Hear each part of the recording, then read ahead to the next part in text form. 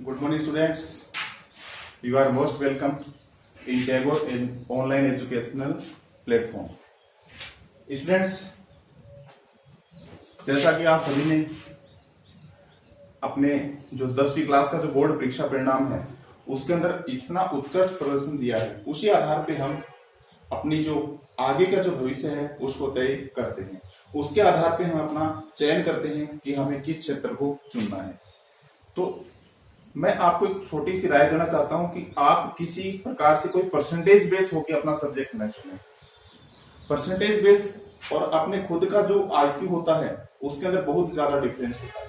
हो सकता है किसी टाइम पे आपको माइंड है वो कंसंट्रेट नहीं हो पाए, उस सब्जेक्ट के अंदर आप थोड़ा सा वीक रह गए, ठीक है। वो आपके फ्यूचर के सिलेक्शन के लिए, फ्यूचर में आपको क्या करना है, आपको कौन सी क्षेत्र में जाना है, कौन सा सेक्टर आप सिलेक्ट करना चाहते हो, उसके अंदर कोई मायने नहीं रखता। आप अपने जो आगे का फ्यूचर है उसको फोकस करके एक फिक्स टारगेट, एक लक्ष्य जो होता है उसको आप निर्धारित कीजिए और लक्ष्य के आधार पे अपने उद्देश्यों की पूर्ति है वो करते रहिए, ठीक है। तो जितने विद्यार्थी 10th पास आउट हैं और जो अपने इस ऑनलाइन एजुकेशन ग्रुप के अंदर जुड़े हुए हैं वो सारे के सारे जो है वो 2, 4, 5 जितनी भी आपको क्लासेस लेनी है, साइंस की भी लीजिए, आर्ट्स की भी लीजिए, साइंस के अंदर मैथ्स की भी लीजिए, बायोलॉजी की भी लीजिए, उसके अंदर आपको ये लगे कि इस क्षेत्र में मैं बेहतर कर सकता हूं, ये जो स्ट्रीम है ये मेरे लिए कारगर साबित हो सकती है, मेरे फ्यूचर बनाने के लिए एक टर्निंग पॉइंट साबित हो सकती है, उसको आप सिलेक्ट कीजिए, ठीक है। तो स्टूडेंट, सबसे पहले देखो मैं बात करता हूं, आपने जो सब्जेक्ट जो आपने स्ट्रीम लिया, जो फैकल्टी आपने चुनी है वो फैकल्टी है साइंस यानी विज्ञान वर्ग को आपने चुना है। तो थोड़ा सा मैं उसके बारे में आपको बता देता हूं। आपने जो सिलेक्ट किया वो क्या सिलेक्ट किया है, विज्ञान, ठीक है, विज्ञान। ये जो कक्षा है ये हिंदी माध्यम के लिए है, हिंदी मीडियम के लिए है, लेकिन छोटे छोटे जनरली जो अपने नॉर्मल अपने जो दैनिक जीवन में हम यूज करते हैं कुछ वर्ड्स इंग्लिश के भी हम यूज करते हैं, जैसे विज्ञान है, और विज्ञान तो सभी को मालूम है इंग्लिश में क्या कहते हैं, साइंस कहते हैं।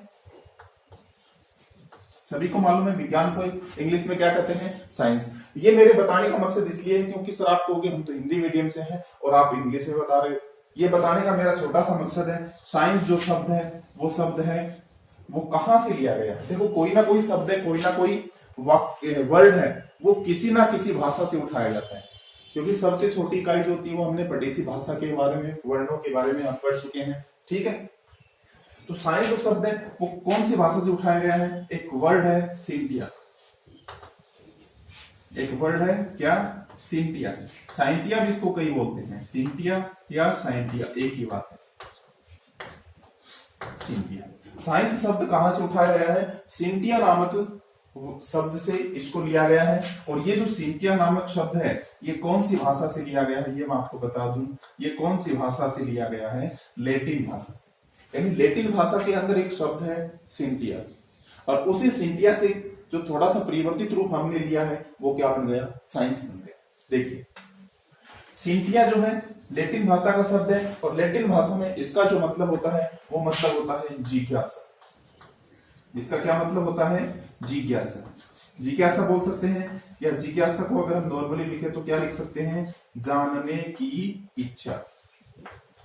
जानने की इच्छा ही क्या होती है, जिज्ञासा।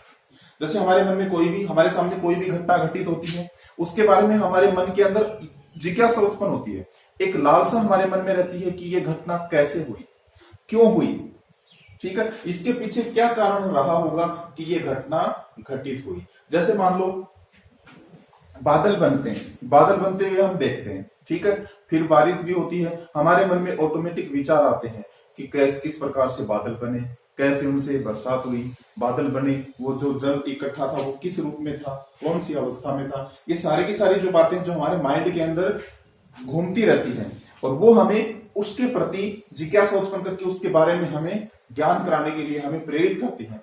हमें ये जानने की इच्छा होती है, हम जगह जगह पूछते हैं, बहुत सारे लोगों से हम पूछते हैं, उनसे संपर्क करते हैं कि आप बताइए ये क्या कारण है, बादल कैसे बने, या दिन रात कैसे बने, ठीक है, ऐसे बहुत सारे कारण। पंखा है वो क्यों चलता है, ठीक है, किस प्रकार से पंखा है वो गति करता है, बिजली से ही क्यों चलता है। ये सारी की सारी जो बातें हैं जो एक मन के अंदर जिज्ञासा उत्पन्न करती है, वो बातें, उन बातों के अध्ययन के लिए हम क्या हो जाते हैं, उत्सुक हो जाते हैं और जगह जगह उनकी हम क्या करते हैं, खोजबीन करते हैं, उसके बारे में जानने का प्रयास करते हैं। तो देखो साइंस शब्द वो लैटिन भाषा के सिंटिया शब्द से ही आ गया है और सिंटिया का जो अर्थ होता है वो होता है जिज्ञासा। जिज्ञासा मीन्स जानने की इच्छा।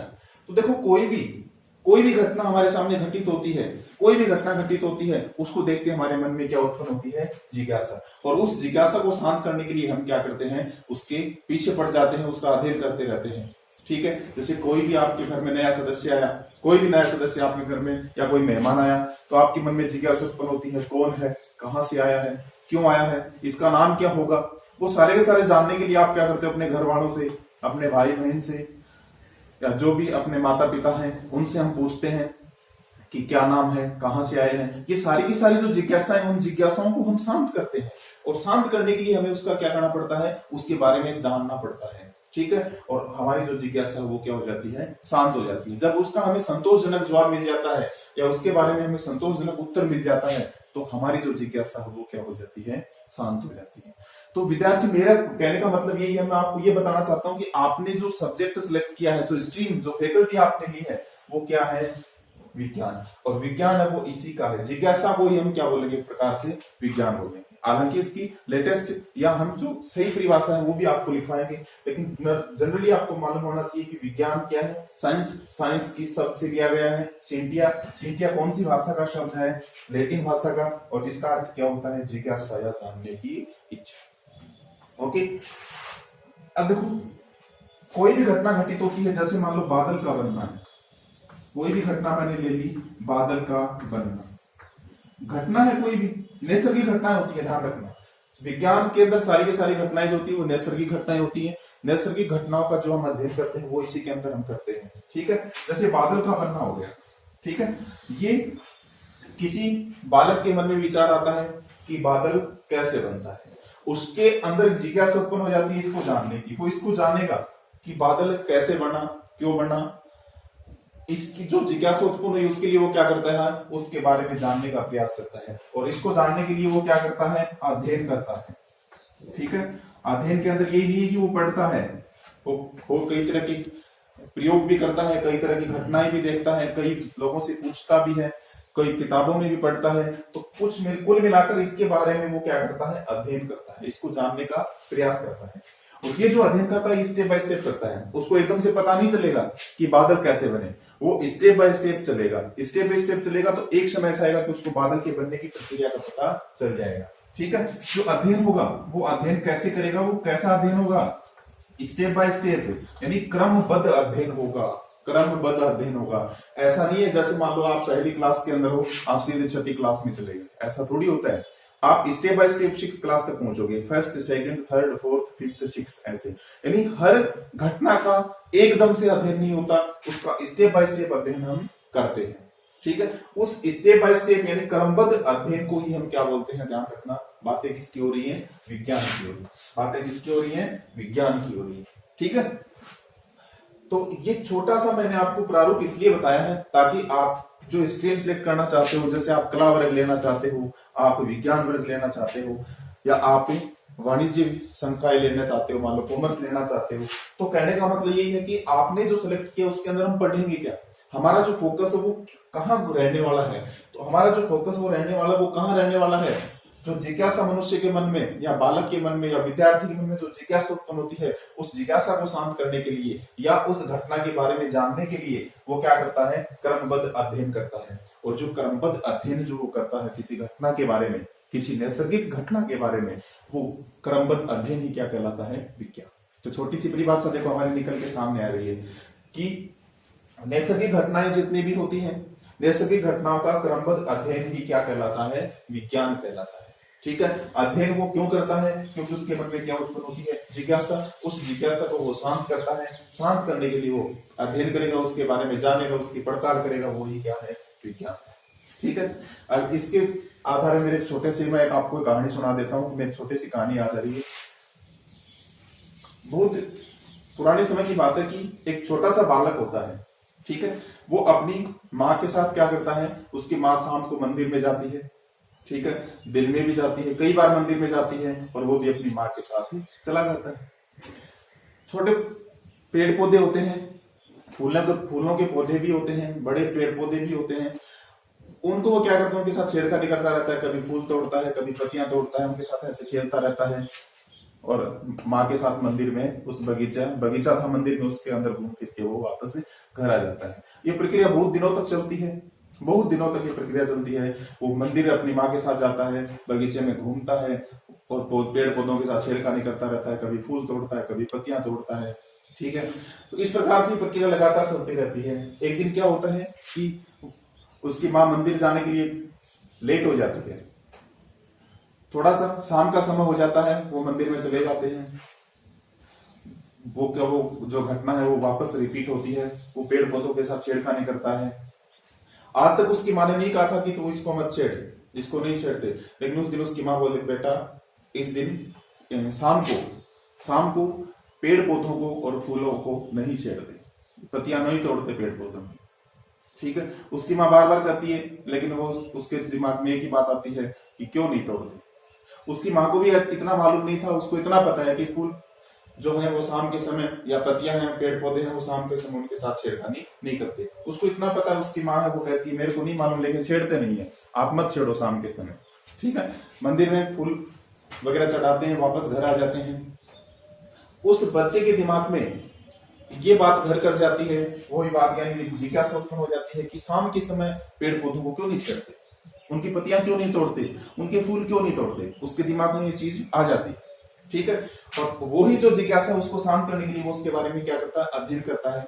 और अध्ययन करते करते करते जब वो बड़ा होता है तो वो एक इस जगह पहुंच जाता है, वहां पर वो उसके बारे में पता करता है, और पता करके वो एक निष्कर्ष निकालता है। और निष्कर्ष क्या निकालता है कि वनस्पति जो होती है, वनस्पति में पेड़ पौधे सारे आ जाते हैं, वो क्या होती है, सजीव होती है। क्या निष्कर्ष निकालता है वो बालक, वनस्पति वो क्या होती है, सजीव होती है। और वो बालक और कोई नहीं, वो बालक कौन था, जगदीश चंद्र बसु। कौन था वो बालक, जगदीश चंद्र बसु। ठीक है, ये जो बालक है, इस बालक ने वनस्पति के बारे में अध्ययन क्यों किया, क्योंकि जब वो बचपन में अपनी माँ के साथ घूम रहा था, उसकी माँ ने मना किया था कि बेटा शाम के समय पेड़ पौधों को नहीं छेड़ते। तो उसके मन में जिज्ञासा उत्पन्न हो गई कि शाम के समय क्यों नहीं छेड़ते। तो वो अपनी माँ से भी पूछता है, औरों से पूछता है, लेकिन उसको कोई जवाब नहीं मिलता है, यानी उसकी जिज्ञासा वो शांत नहीं होती है। तो उसका क्या करता है, उस घटना का वो अध्ययन प्रारंभ कर देता है, उसके बारे में जानने का प्रयास करता है, अलग अलग वो क्या करता है, प्रयोग करता है। अंत में वो एक निष्कर्ष में पहुंच जाता है, जब वो बड़ा होता है, कि वनस्पति है वो क्या होती है, सजीव होती है, सजीव होती है। और ये बालक जो था, इस बालक का नाम क्या था, जगदीश चंद्र बसु। तो देखो, उस बालक के मन में जिज्ञासा उत्पन्न हुई, उस जिज्ञासा को शांत करने के लिए उसने क्या किया, अध्ययन प्रारंभ कर दिया, उसकी खोजबीन प्रारंभ कर दी, उस पर प्रयोग करना प्रारंभ कर दिया, सारी की सारी घटनाओं की उसने जानकारी जुटाने का प्रयास किया, और अंत में निष्कर्ष निकाल देता है, और उसकी जिज्ञासा क्या हो जाती है, शांत हो जाती है। ये उसको पता चल जाता है कि इसलिए नहीं छेड़ते क्योंकि वनस्पति क्या होती है, सजीव होती है। और इस प्रकार से वो जो है वो एक वैज्ञानिक कहलाया। ठीक है, तो देखो ये सारे के सारे जो घटनाएं, जो जिज्ञासा उसके अंदर उत्पन्न हुई, उसके लिए उसने जो अध्ययन किया, वो सारा का सारा किसके अंतर्गत आया, विज्ञान के। तभी तो उसको वैज्ञानिक बोला, विज्ञान के बारे में उसने अध्ययन किया, तभी तो उसको क्या बोला, वैज्ञानिक बोला। ऐसे ही बहुत सारी घटनाएं हैं जो घटित हुई। ऐसे ही आर्यभट्ट की घटना है, आर्यभट्ट के साथ भी ऐसा ही घटित हुआ। उसके मन में भी जिज्ञासा उत्पन्न हो गई थी। ठीक है, तो उसके मन में जो जिज्ञासा उत्पन्न हुई वो तुलसी के पौधे को लेकर हुई थी, वो भी मैं आपको बताऊंगा जब भी टाइम लगेगा। तो उसने भी क्या कर दिया था, एक दिन बता दिया था तुलसी के पौधे के बारे में। ठीक है, कि उसको रविवार के दिन मंदिर में क्यों नहीं चढ़ाते उसकी पत्तियां। वो सारी की सारी जो घटनाएं हैं, उन घटनाओं के बारे में जो जिज्ञासा उत्पन्न होती है, उसको जानने की जो इच्छा उत्पन्न होती है, वही क्या होता है, विज्ञान होता है। तो विद्यार्थी, ये हमारा विज्ञान है। हम आपने जो क्षेत्र चुना है, अगर आपने विज्ञान का क्षेत्र चुना है, तो उसके अंदर हम ऐसी ही जो प्राकृतिक घटनाएं होती है, जो हमारे दैनिक जीवन में भी घटित होती हैं, ऐसी बहुत सारी घटनाएं हैं जो हमारे दैनिक जीवन में घटित होती हैं। जैसे पंखा क्यों चल रहा है, बल्ब क्यों चल रहा है, ये चौक इसी के ऊपर क्यों चल रहा है, यहाँ पे फैन क्यों नहीं चल रहा है। ये सारी की सारी घटनाएं जो मनुष्य के दिमाग में एक सवाल उत्पन्न करती हैं, एक जिज्ञासा उत्पन्न करती हैं, उसको शांत करने के लिए उसके बारे में अध्ययन जो हम करते हैं, वो ही क्या होता है, विज्ञान होता है। तो थोड़ा सा मैं जनरली आपको बता देता हूँ विज्ञान साइंस कौन से शब्द से लिया गया है? सिंटिया नामक शब्द से लिया गया है। और सिंटिया कौन सी भाषा का शब्द है? लैटिन भाषा का शब्द है। इसका मतलब क्या होता है? जिज्ञासा, यानी जानने की इच्छा। इस जानने की इच्छा जो है, जिज्ञासा है, इसको शांत करने के लिए वो क्या करता है? क्रमबद्ध अध्ययन करता है। वो क्रमबद्ध अध्ययन ही क्या कहलाता है? विज्ञान कहलाता है। तो मैं यहाँ पे लिख देता हूँ छोटी सी परिभाषा, आप इसको उतार भी लेना। उसके बाद अपनी क्लास को हम आज इतना ही करेंगे, उसके बाद अपन इस क्लास को विराम देंगे। ठीक है, तो विज्ञान क्या है इसकी परिभाषा मैं यहाँ पे लिख देता हूं। प्रकृति में मान लो या नैसर्गिक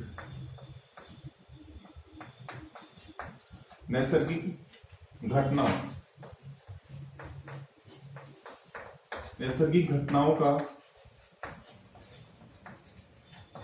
क्रमबद्ध अध्ययन,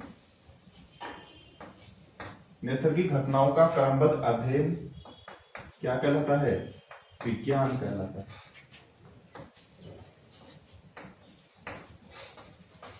ठीक है विद्यार्थियों, समय की भी अपनी एक सीमा होती है।